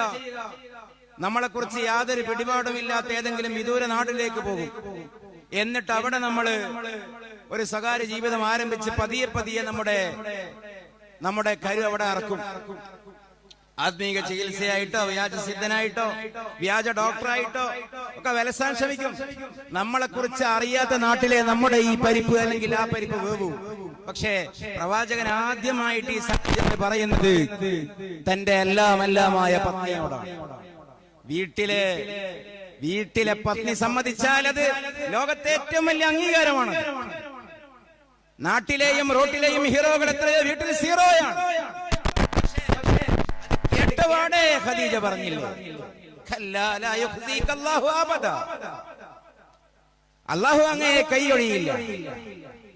എത്ര വലിയ കരുത്ത ഖദീജ കൊടുത്തു എന്നുള്ളതല്ല, അങ്ങനെ പറയാൻ ബീവി ഖദീജക്ക് സാധിച്ചത് അത്രയും കാലം ഖദീജ അനുഭവിച്ച വ്യക്തി, അതിന് മാത്രം മൂല്യമുള്ള കൊള്ളാവുന്ന ഒരു വ്യക്തിയായതുകൊണ്ടാണ്. വീട്ടിൽ അംഗീകാരം ഞാൻ ചിലപ്പോഴൊക്കെ പറയുന്നൊരു ഉദാഹരണ കഥയുണ്ട്. അത് കേവലം കഥയല്ല. അമേരിക്കയിലെ വലിയ മുൻ പ്രസിഡന്റായിരുന്നു മാൽക്കം എക്സ്. അദ്ദേഹത്തിന് നോബൽ സമ്മാനം സമാധാനത്തിന്റേത് പ്രഖ്യാപിച്ചപ്പോ നോർവൻ സർക്കാർ നോബൽ പുരസ്കാര കമ്മിറ്റി അദ്ദേഹത്തെ വീട്ടിലേക്ക് ഫോൺ ചെയ്തു എന്ന് പറയുന്ന ഒരു സംഭവമുണ്ട്. അന്നത്തെ ടെലഗ്രാം സന്ദേശം റിസീവ് ചെയ്തത് പത്നിയാണ്, ഭാര്യയാണ്. അപ്പൊ ഇവര് പറഞ്ഞു, നിങ്ങളുടെ ഭർത്താവിനാണ് ഈ വർഷത്തെ നോബൽ സമ്മാനം. അപ്പൊ അതിനോടുള്ള ഈ പത്നിയുടെ മാൽക്കം എക്സിന്റെ, പിന്നീട് ഇസ്ലാമിലേക്ക് വന്ന മാൽക്കം എക്സിന്റെ പത്നിയുടെ മറുപടി, ഇത്രയും മോശപ്പെട്ട വ്യക്തി എത്ര കാലത്ത് കൊടുത്തത് അറിയില്ലല്ലോ. ഭർത്താവിനോടുള്ള ഭാര്യയുടെ അഭിപ്രായം അതാണ്. അവിടെയാണ് വഫാത്തിന് ശേഷം ആയിഷ ബീവിയോട് ചെന്ന് ചോദിക്കുന്നില്ലേ, എങ്ങനെയായിരുന്നു നബി എന്ന് പറഞ്ഞു തരുമോ? എങ്ങനെയായിരുന്നു രാവ്, എങ്ങനെയായിരുന്നു പകൽ, എങ്ങനെയായിരുന്നു വീട്ടിൽ, എങ്ങനെയായിരുന്നു നാട്ടിൽ, മൊത്തത്തിലൊന്ന് പറ, ഒറ്റവാക്കിൽ പറ. ബുദ്ധിമതിയായ ആയിഷ ബീവി ഒറ്റവാക്കിൽ അതിന് മറുപടി കൊടുത്തു. എന്റെ പുതിയാപ്പിള, എന്റെ ഭർത്താവ്, ലോകത്തിന്റെ നേതാവ്, അല്ലാഹുവിന്റെ ദൂതൻ ഖുർആനായിരുന്നു. എന്തിന് കൂടുതൽ പറയണം? കാന ഖുലുഖുഹു അൽ ഖുർആൻ. അതിന് ചില ആധുനിക വ്യാഖ്യാനം കണ്ടിട്ടുണ്ട്, വകാന ഖൽഖുഹു അൽ ഖുർആൻ. അങ്ങനെയും അതിനെ വായിക്കാം എന്ന്. പ്രവാചകന്റെ വ്യക്തിത്വം, സൃഷ്ടിപ്പ്, പ്രവാചകന്റെ ആ മൊത്തം പെഴ്സോണ, സ്വഭാവം മാത്രമല്ല, ഒരു വ്യക്തിയെ ആ വ്യക്തിയാക്കുന്നത് എന്തൊക്കെയുണ്ടോ അത് മുഴുവനും അടിമുടി ഖുർആനായിരുന്നു. എംബഡിമെന്റ് ഓഫ് ഖുർആൻ. അതിന്റെ ടെക്നിക്കൽ ടേം അതാണ്, എംബോഡിമെന്റ് ഓഫ് ഖുർആൻ. ഖുർആനിനെ മനുഷ്യ രൂപത്തിൽ ഖുർആൻ കാണണമെങ്കിൽ ഖാമൂഷ് കർ റഹേ ഹോ ഖുദാ കി കിതാബ് ഹേ. മിണ്ടാതിരിക്കുന്ന, മൗനം പാലിക്കുന്ന നബിയെ കുറിച്ച് കവി പറഞ്ഞല്ലോ, അത് ഖുദാ കി കിതാബ് ഹേ, പൂട്ടിവെച്ച മുസ്ഹഫാണ്. ഇനി നബി മിണ്ടാൻ തുടങ്ങിയാൽ അത് അല്ലാഹുവിന്റെ റസൂലുമാണ്. ആ വലിയ ഉപമ ലോകത്തിന് കൊടുത്തത് ഈ ഭാര്യ കൊടുത്തു എന്നുള്ളതല്ല നമ്മുടെ വിഷയം. ഭാര്യയോട് ചെന്ന് പറയാൻ പറ്റി എന്നുള്ളതാണ്. അത്രയും കാലം കൂട്ടുകാരനായ 1 ലക്ഷം മുഖിയ സ്വത്തിന്റെ മുതലാളിയായ അബൂബക്കർ എന്നൊക്കെ പറയുമ്പോ റളിയല്ലാഹു അൻഹു പൊതുസമൂഹത്തിന് തോന്നും ഒരു മുന്തിയ മുസ്ലിയാർ. അല്ല, മക്കയിലെ ഏറ്റവും വലിയ ചുവന്ന ഒട്ടകത്തിന്റെ, ഇന്നത്തെ ഏറ്റവും വലിയ കാർ ഏതോ നമുക്കറിയാത്ത ഏറ്റവും വലിയ കാറ്. കുട്ടികളൊക്കെ പല കാറിന്റെയും പേര് പറയാറുണ്ടല്ലോ. അതിന്റെ സ്ഥാനത്ത് നിൽക്കുന്ന ഒരു അറേബ്യയിലെ ഒരു പാരിതോഷികം മാത്രം കൊടുക്കുന്ന ലക്ഷറി വാഹനമായിരുന്നു ചുവന്ന ഒട്ടകം. അതിന്റെ ഹോൾസെയിൽ ഡീലറായിരുന്നു Abu Bakr bin Abi Quhafa. Share partner ആരാ? അംർ ബിൻ ഹിഷാം എന്ന് പിന്നീട് അബൂജഹൽ എന്ന് ചീത്തപ്പേര് സമ്പാദിക്കാൻ ദൗർഭാഗ്യമുണ്ടായ വ്യക്തി. അദ്ദേഹം ആയിരക്കണക്കിന് തൊഴിലാളികൾക്ക് തൊഴിൽ കൊടുക്കുന്ന വലിയ മഹാമുതലാളി, ഇസ്ലാമിന്റെ 1ാമത്തെ ഖലീഫ, ഏറ്റവും വലിയ മുജ്തഹിദ്, ഏറ്റവും വലിയ ആലിം, അള്ളാന്റെ റസൂല് കഴിഞ്ഞാൽ ഈ ഭൂമി കണ്ട ഏറ്റവും വലിയ മുസ്ലിയാർ, ലോകത്തെ ഏറ്റവും വലിയ മുസ്ലിയാർ മുഹമ്മദ് റസൂലുള്ളാഹി സ്വല്ലല്ലാഹു അലൈഹി വസല്ലം. രണ്ടാമനായ മുസ്ലിയാർ ഈ ഉമ്മത്തിൽ അബൂബക്കർ സിദ്ദീഖ് റളിയല്ലാഹു അൻഹു. ഇസ്ലാമിക ലോകത്തെ ഏറ്റവും വലിയ വ്യാപാരി ആ മുസ്ലിയാരായ അബൂബക്കർ ബിൻ അബി കുഹാഫ റളിയല്ലാഹു അൻഹു. വഫാത്താകുമ്പോ പിന്നെ ഒറ്റ ജുബ്ബയെ ഉണ്ടായിരുന്നുള്ളൂ. അത് മറ്റൊരു വിഷയം, ഞാൻ ആ ഭാഗത്തേക്ക് പോവുകയല്ല. അത്രയും വലിയ ധനാഢ്യനായ ഒരു വ്യക്തി, ആയിരക്കണക്കിന് തൊഴിലാളികളുടെ യജമാനായ ഒരു വ്യക്തി, ആ വ്യക്തി പറയുകയാണ്, അലച്ചോക്കൂ, ആകാശത്തിന്റെ മുകളിൽ പോയി എന്നാണ് പറയുന്നത്, അള്ളാനെ കണ്ടു എന്നാണ് പറയുന്നത്. ഒരു രാത്രിയുടെ അരമണിക്കൂറേ ആയിട്ടുള്ളൂ എന്നാണ് അവരുടെ അനുഭവം. മിഅ്റാജ്, അതാണ് രംഗം. ഈ നേതാവിനോടാണ് പറയുന്നത്. അബൂബക്കറെ ഇപ്പൊ എന്തായി എന്നാണ് ചോദ്യം. പറഞ്ഞു എവിടെ എത്തി? കൊത്തി മുറത്തക്കൊത്തി എന്ന് പറഞ്ഞ ടോണാണ്. ഇതൊക്കെ നമുക്ക് അംഗീകരിക്കായിരുന്നു അബൂബക്കറെ. പക്ഷെ നിന്റെ നേതാവ് ഇപ്പൊ എന്താ പറയുന്നത്? അതാണ് അതിന്റെ ഒരു ഒഴുക്ക്. ഇന്നലെ രാത്രി അള്ളാനെ കണ്ടു വന്നുത്രേ, നിസ്കാരം കിട്ടിയത്രേ, എല്ലാം കൂടി ആയതോ അതിരുകൾ അറിയാത്ത ആകാശത്തിന്റെ അപ്പുറം പോയി തിരിച്ചു വരാൻ ആകെ ആവശ്യമായതോ ഒരു കാമണിക്കൂർ. ഇപ്പൊ എങ്ങനെയുണ്ട് അബൂബക്കറെ? ഞങ്ങൾ അന്നേ പറഞ്ഞില്ലേ ആള് ശരിയില്ല. അതായിരുന്നു അബൂബക്കറിന് നേരെ പോയ കൊളുത്ത്. പക്ഷെ അബൂബക്കർ റളിയല്ലാഹു അൻഹു അതിന് പറഞ്ഞ ഒറ്റ മറുപടി, എല്ലാ വർത്തമാനങ്ങളും അപ്രസക്തമാകുന്ന ഒറ്റ മറുപടി, ഒറ്റ മറുപടി, പറഞ്ഞോ ഇല്ലേ എന്നുള്ളത് ഉറപ്പ് വരുത്തണം. മീഡിയ വണ്ണും മലയാള മനോരമ ന്യൂസും മാതൃഭൂമി ചാനലും 24 മാത്രം കേട്ടാൽ വിശ്വസിക്കാൻ പറ്റില്ല. ഇൻ കാല, അതൊരു സനതുള്ള വർത്തമാനമാണെങ്കിൽ അപ്പുറത്തിനപ്പുറം വർത്തമാനമില്ലെന്ന് സ്വന്തം അനുയായി, ലോക പരിചയമുള്ള അനുയായി, നിസാരക്കാരനായ അനുയായി അല്ല, ലോക പരിചയമുള്ള അനുയായി, ഒരു അനുയായിയുടെ മാത്രം സാക്ഷ്യമല്ല. ലഖദ് വഫത്തു അലാ മുലൂകി കിസ്റ വ കൈസറ വ നജാഷി. മറ്റൊരു വ്യക്തിയുണ്ടല്ലോ ഉർവ, നിഷേധിയായ ഉർവ. ഞാൻ ഹെറാക്ലീസിനെ കണ്ടു, ബൈസന്റൈൻ സാമ്രാജ്യം ഞാൻ കണ്ടു, സസാനിയൻ സാമ്രാജ്യം ഞാൻ കണ്ടു, ഹുർമുസിനെ ഞാൻ കണ്ടു, എത്യോപ്യയിൽ ഞാൻ പോയി, ലോകത്തെ ഒട്ടുമിക്ക അന്നത്തെ വൻകിട രാഷ്ട്രങ്ങളും ഞാൻ കണ്ടു. എന്നിട്ട് അദ്ദേഹം പറയുന്ന കാര്യം എന്താ? മാ റഅയ്തു മലിക്കൻ അഹദൻ ഖത്ത് യുഅല്ലിമുഹു അസ്ഹാബുഹു മാ യുഅല്ലിമു അസ്ഹാബു മുഹമ്മദിൻ മുഹമ്മദ. മദീനയിലെ ഈ ഈത്തപ്പന കൊട്ടാരത്തിൽ പാർക്കുന്ന ഈത്തപ്പനയുടെ ഉണങ്ങിയ തണ്ട് തൂണാക്കി, ഈത്തപ്പനയുടെ ഓല മേൽക്കൂരിയാക്കി, മഴ പെയ്താൽ ചോർന്നൊലിക്കും എന്ന് സ്വഹാബികളെ രേഖപ്പെടുത്തിയ പരിപരുത്ത ഈത്തപ്പനയുടെ അടയാളങ്ങൾ നടുപ്പുറത്ത് വെരുമാറ് ഏറ്റവും വലിയ ലാളിത്യത്തിൽ ജീവിച്ചു പോയ, ആടിന്റെ അകിട് വലിച്ച് പാല് കറന്ന, കണ്ടം വെച്ച കുപ്പായമണിഞ്ഞ, അടുക്കളയിൽ ഭാര്യയെ ജോലിയിൽ സഹായിച്ച, തലയുയർത്തി നടക്കാതെ തല താഴ്ത്തി നടന്ന, തന്നെ കണ്ട് ആരെങ്കിലും പരിഭ്രമിച്ചാൽ പരിഭ്രമിക്കേണ്ട, ഞാൻ ഉണക്കച്ചപ്പാത്തിയും പച്ചവെള്ളവും തിന്നുകൊണ്ടാണ് ജീവിക്കുന്നത് എന്ന് പറഞ്ഞ് അങ്ങോട്ട് സാന്ത്വനിപ്പിക്കുന്ന, ചിരിക്കുമ്പോ കൂടെ ചിരിക്കുന്ന, കരയുമ്പോ കൂടെ കരയുന്ന ആ നേതാവിനെ കൊണ്ട് പറയുകയാണ്, ആ നേതാവിന്റെ അണികളും, ആ നേതാവിന്റെ ശിഷ്യന്മാരും, ആ നേതാവിന്റെ കൂട്ടാളികളും, ആ നേതാവിന്റെ സഖാക്കളും, ആ നേതാവിന്റെ അനുയായികളും ബഹുമാനിക്കുന്ന പോലെ ബഹുമാനിക്കുന്നത് ഞാൻ പേർഷ്യയിൽ കണ്ടില്ല, ഞാൻ റോമിൽ കണ്ടില്ല, ഞാൻ ആഫ്രിക്കയിൽ കണ്ടില്ല. ഞാൻ അപകം ദീർഘിപ്പിച്ച് പറയുകയല്ല, അദ്ദേഹം വിശദീകരിക്കുന്നുണ്ട്. ഇതൊക്കെ ഓവറല്ലേ എന്ന് ചിന്തിക്കുന്നവരുണ്ടെങ്കിൽ ഒറ്റ വാക്ക്. എന്തേ ഉറവ ബാക്കി പറയുന്നതെന്നറിയോ? അന്നത്തെ റോം എന്ന് പറഞ്ഞാൽ ഇന്നത്തെ 2 അമേരിക്കയാണ്, അന്നത്തെ പേർഷ്യ എന്ന് പറഞ്ഞാൽ ഇന്നത്തെ റഷ്യയും ചൈനയും അതിനപ്പുറമാണ്. ആ ചക്രവർത്തിമാരെ മുഴുവനും കണ്ടു എന്നാണ് ഇദ്ദേഹം പറയുന്നത്. പക്ഷെ ഇദ്ദേഹത്തെ അത്ഭുതപ്പെടുത്തിയ കാര്യം എന്താണെന്നറിയോ? ഇതാ തവല്ല, പ്രവാചകൻ വുളു എടുക്കാൻ ആരംഭിച്ചാൽ ഫഖതതലു അലാ വുളുഇഹി, നമ്മൾ അവസാന ബസ്സിൽ കയറി പറ്റാൻ വൈകുന്നേരം ഒറ്റ ബസ്സേ ഉള്ളൂ, ഹർത്താലിന്റെ ദിവസം ഒറ്റ ബസ്സേ ഉള്ളൂ. ട്രെയിനിൽ ഈ ട്രെയിൻ മിസ്സായാൽ വേറെ പോകാൻ വഴിയില്ല. ആ ഘട്ടത്തിൽ നമ്മൾ കാണിക്കുന്ന ഒരു തുടുക്കയില്ലേ, അതിനാണ് ഇഖ്തിതാൽ എന്ന് പറയുക. ഫഖതതലു അലാ വുളുഇഹി, പ്രവാചകൻ വുളു ചെയ്യുമ്പോൾ ഉറ്റിറ്റി വീഴുന്ന ബാക്കി ജലം സ്വീകരിക്കാൻ അവർ തമ്മിൽ തല്ലി മത്സരിക്കുന്നത് ഞാൻ കണ്ടു. മാത്രവുമല്ല, അതിനുശേഷം ഒരു ഹദീസിന്റെ അവസാന ഭാഗമുണ്ട്, ഇൻ തനഖമ നുഖാമതൻ, പ്രവാചകൻ ഒരു കഫം പുറത്തേക്ക് തുപ്പുകയാണെങ്കിൽ, ഇൻ ഹിയ ഇല്ലാ ഫീ യദി അഹദിൻ മിൻഹും, ഏതെങ്കിലും ഒരു മനുഷ്യന്റെ കൈ കോളാമ്പിയായിരിക്കും, ഫഹുവ ബിഹാ മസഹ വജ്ഹഹു, അത് കിട്ടുന്നയാൾ അതൊരു കോസ്മെറ്റിക് പ്രൊഡ്യൂസ്, ഒരു സൗന്ദര്യ സംവർദ്ധക വസ്തു എന്ന പോൽ അത് മുഖത്ത് ലേപനം ചെയ്യും. ഇത് ഞാൻ പേർഷ്യയിൽ കണ്ടില്ല, ഇത് ഞാൻ റോമിൽ കണ്ടില്ല, ഇത് ഞാൻ ഒരിടത്തും കണ്ടില്ല. ഇത് സമകാലത്തിന്റെ സമകാലീനരായ ആൾക്കാർ പറയുന്നതാണ്. ഇന്ന് പറയുന്നത് നാം തുടക്കത്തിൽ പറഞ്ഞു, എന്നും പറയുന്നത് വിവരമുള്ളവരും, ഞാൻ നിർത്തുന്നു, ദിഷണാശാലികളും, വൈകാരികമായി പ്രതികരിക്കാതെ വൈചാരികമായി ലോകഗതിയെ വിലയിരുത്തുന്നവരും, അവർക്കാണല്ലോ വാല്യൂ, അവരാണല്ലോ മനുഷ്യ സമൂഹത്തിന്റെ കാമ്പും കാതലും. ബാക്കി വെറും ബഹളങ്ങളാണ്, ലഹളയാണ്. അവര് പറഞ്ഞു പോകുന്നു ലോകത്ത് എന്തൊക്കെ ലഹളകൾ, എന്തൊക്കെ ബഹളങ്ങൾ.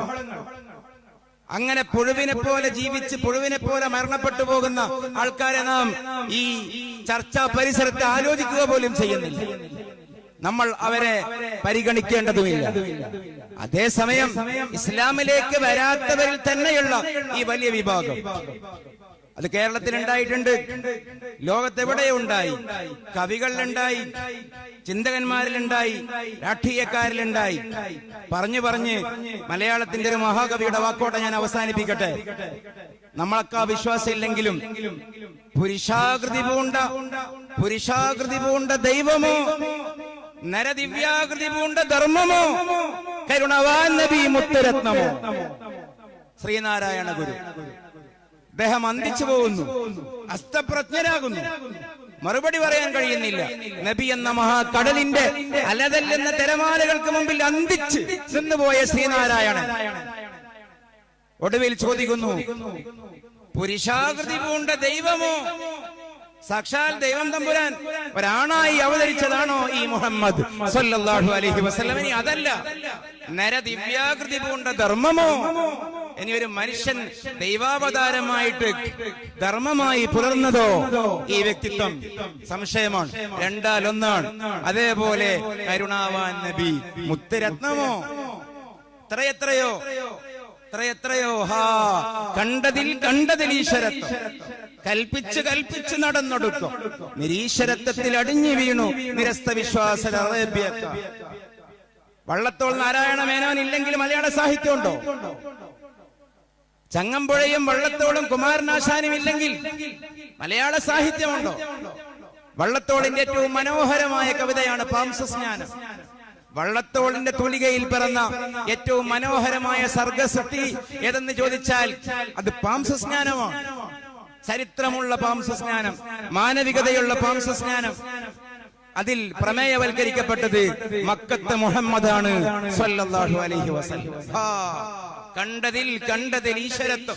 കല്ല് കരട് കാഞ്ഞിര കുറ്റി മുതൽ മുള്ളുമരുടെ മൂർഖൻ പാമ്പ് വരെ ദേവീ ദേവന്മാരിൽ ദിവ്യത്വം ചാർത്തിയ അറേബ്യക്ക കൽപ്പിച്ചു നടന്നൊടുക്കും. വള്ളത്തോൾ അവിടെ പറയുന്ന സൂക്ഷ്മമായ ഒരു വാക്കാണ് നമ്മൾ അത്ഭുതപ്പെടുത്തുന്നത്. കണ്ടതിൽ ഈശ്വരത്വം കൽപ്പിച്ച് നടന്നൊടുക്കും. അടുത്ത വാക്കാലോചിക്കണം.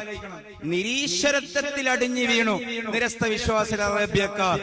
ഈ വശം ഒരുപക്ഷെ മലയാളത്തിൽ ഇന്നും ഏറ്റവും വലിയ സംവാദാത്മകമായ ഏറ്റവും ബൗദ്ധികമായിട്ടുള്ള ഒരു പോയിന്റാണ് വള്ളത്തോൾ മുന്നോട്ട് വെക്കുന്നത്. എല്ലാ അതിശയിപ്പിക്കുന്നതിൽ മുഴുവനും ഈശ്വരത്വം കൽപ്പിക്കുന്നവരാണ് ഒടുവിൽ നിരീശ്വരത്വത്തിലേക്ക് വീഴുക. ഞാൻ ആ ഭാഗത്തേക്ക് എന്റെ വിഷയം കൊണ്ടുപോകല്ല. നിരീശ്വരവാദികളോട് ചോദിച്ചാൽ അവർ പറയും ശാസ്ത്രമാണ് വലുത്, അള്ളാഹു അല്ല, ദൈവം അല്ല.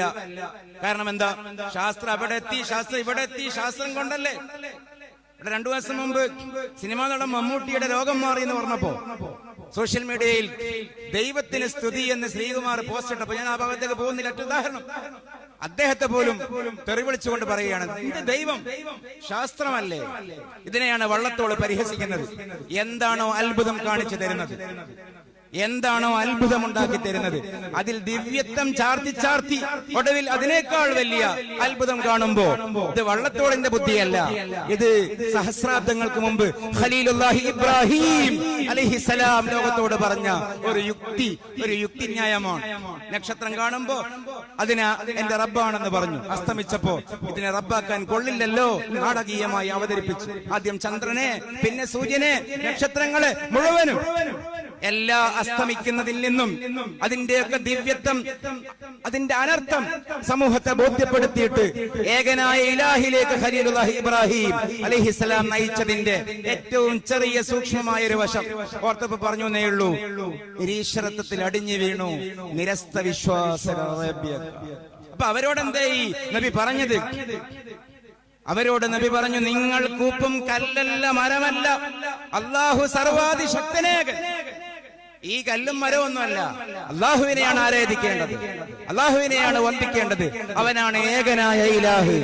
നിങ്ങൾ കൂപ്പും കല്ലല്ല, മരമല്ല, അള്ളാഹു സർവാദി ശക്തനേകൻ. പക്ഷേ അവരോ ഇവർക്കിരുട്ടേ പ്രിയമത്ര മൂതിക്കടുക്കയായി ഇത്തിരി കൈവെളിച്ചം കൊണ്ടുചെന്നാൽ ഊതിക്കെടുത്താനാണ് അവർ തുനിഞ്ഞത്. യുരീദൂന അയ്യുത്ഫിഉ നൂറല്ലാഹ് വലാകിൻ യഅബല്ലാഹു ഇല്ലാ അയ്യുതിമ്മ നൂറ. അവർ ഊതിക്കെടുത്താൻ ശ്രമിച്ചു. ഇത്തിരി കൈവട്ടം കൊണ്ടു ചെന്നാൽ ഊതിക്കെടുത്തുകയാണ്. മിന്നാമിനുങ്ങിൻ ചെറുതാം വെളിച്ചം പോലും സഹിക്കാത്ത തമസ്സിതേതോ. നബിയുടെ കാര്യത്തിൽ അവർ അത്രയും അസഹിഷ്ണുത പുലർത്തി. ഞാൻ ആ ഭാഗം വിശദീകരിക്കുകയല്ല. ഒടുവിൽ ആ കവിത എങ്ങനെയാണ് വികസിക്കുന്നത് എന്ന് ചോദിച്ചാൽ ആ വാക്ക് പറയാനാണ് ഞാൻ ഈ അധ്വാനം. വിദ്യാപവാദത്താൽ മറഞ്ഞു സത്യമവിദ്യതൻ വിബോധം, വിജ്ഞാന ഗർഭം തിരുമൗലി തൊട്ടു സന്മാർഗ സഞ്ചാരി പദം വരേക്കും. പാംസുൽക്കരം പറ്റിയ പുണ്യമാന് പാർത്തങ്ങു തമ്മാടികൾ കൂകിയാർത്തു. അയ്യയ്യ മൺകൊണ്ട് അഭിഷക്തനായല്ലോ മതസാർവഭൗമൻ. ചെയ്തു പോയ കാര്യങ്ങളൊക്കെ ആലോചിച്ചിട്ട് ചരിത്രത്തിന്റെ ഇങ്ങേ തലക്കൽ മറ്റൊരു മഹാപുരുഷൻ ഖേദിക്കുകയാണ്. കല്ല് കൊണ്ടെറിഞ്ഞത്, മൺകട്ട കൊണ്ടെറിഞ്ഞത്, തായിഫിൽ ക്രൂരത കാട്ടിയത്, നടന്നു പോകുന്ന പാതവക്കിൽ പുഴുകുത്തിയിട്ടതിൽ വീഴ്ത്താൻ ശ്രമിച്ചത്, ഒട്ടകത്തിന്റെ കുടൽമാല ചാർത്തിയത്, അന്നീ നരസ്നേഹി നമസ്കരിച്ച കിടന്നവാദി ഒരൊട്ടകത്തിൻ കുടൽമാല ചാർത്താനേ ലഭിച്ചുള്ളൂ, നമുക്ക് ഭാഗ്യം. വള്ളത്തോട് പാടുന്നുണ്ട്. ഇതൊക്കെ പറഞ്ഞ് ഖേദിച്ചുകൊണ്ട് അദ്ദേഹം പറയുകയാണ്, ഹേ മുഴക്കിയിടുവീൻ ജയശബ്ദമെങ്ങും, വാഴട്ടെ ഇസ്ലാം തിരുമേനി നീണാൾ. ഹേ ലോകമേ മുഴക്കിയിടുവീൻ, ഹേ ജയശബ്ദമെങ്ങും, ഈ ഇസ്ലാമേ ജയിക്കൂ, വാഴട്ടെ ഇസ്ലാം തിരുമേനി നീണാൾ. അവിടെയാണ് മലയാളം. വള്ളത്തോളിന്റെ മീതേക്ക് പോകാൻ അതിന് മാത്രം പിറന്ന മറ്റൊരാൾ ഈ മലയാളത്തിൽ ഇനി പിറന്നിട്ട് വേണ്ടേ? വള്ളത്തോൾ അങ്ങനെയാണ് പറഞ്ഞത്. ശ്രീനാരായണ ഗുരു അങ്ങനെയാണ് പറഞ്ഞത്. ലോകത്ത് ആലോചിക്കുന്നവർ മുഴുവനും അങ്ങനെയാണ് പറഞ്ഞത്. അങ്ങനെ പറയാൻ കഴിയുകയുള്ളൂ. ഞാൻ അവസാനിപ്പിക്കുന്നു. അങ്ങനെ പറയാൻ കഴിയുകയുള്ളൂ. ബഹുമാനപ്പെട്ട ഉസ്താദിനെ ഇരുത്തി ഞാൻ ഇനി ഉസ്താദ് പറഞ്ഞിട്ട് തന്നെയാണ് കുറച്ച് സംസാരിച്ചത്. നീ ദീർഘിപ്പിക്കുന്നില്ല. അള്ളാഹു നമ്മൾ പറഞ്ഞതും കേട്ടതുമൊക്കെ സ്വാലിഹായ അമലായി നമ്മിൽ നിന്നും ഖബൂൽ ചെയ്യുമാറാകട്ടെ. അല്ലാഹുമ്മ റബ്ബനാ ആതിനാ ഫിദ്ദുനിയ ഹസന വഫിൽ ആഖിറതി ഹസന വഖിനാ അദാബന്നാർ. വആഖിറു ദഅവാനാ അൽഹംദുലില്ലാഹി റബ്ബിൽ ആലമീൻ. അസ്സലാമു അലൈക്കും വറഹ്മത്തുള്ളാഹി വബറകാതുഹു.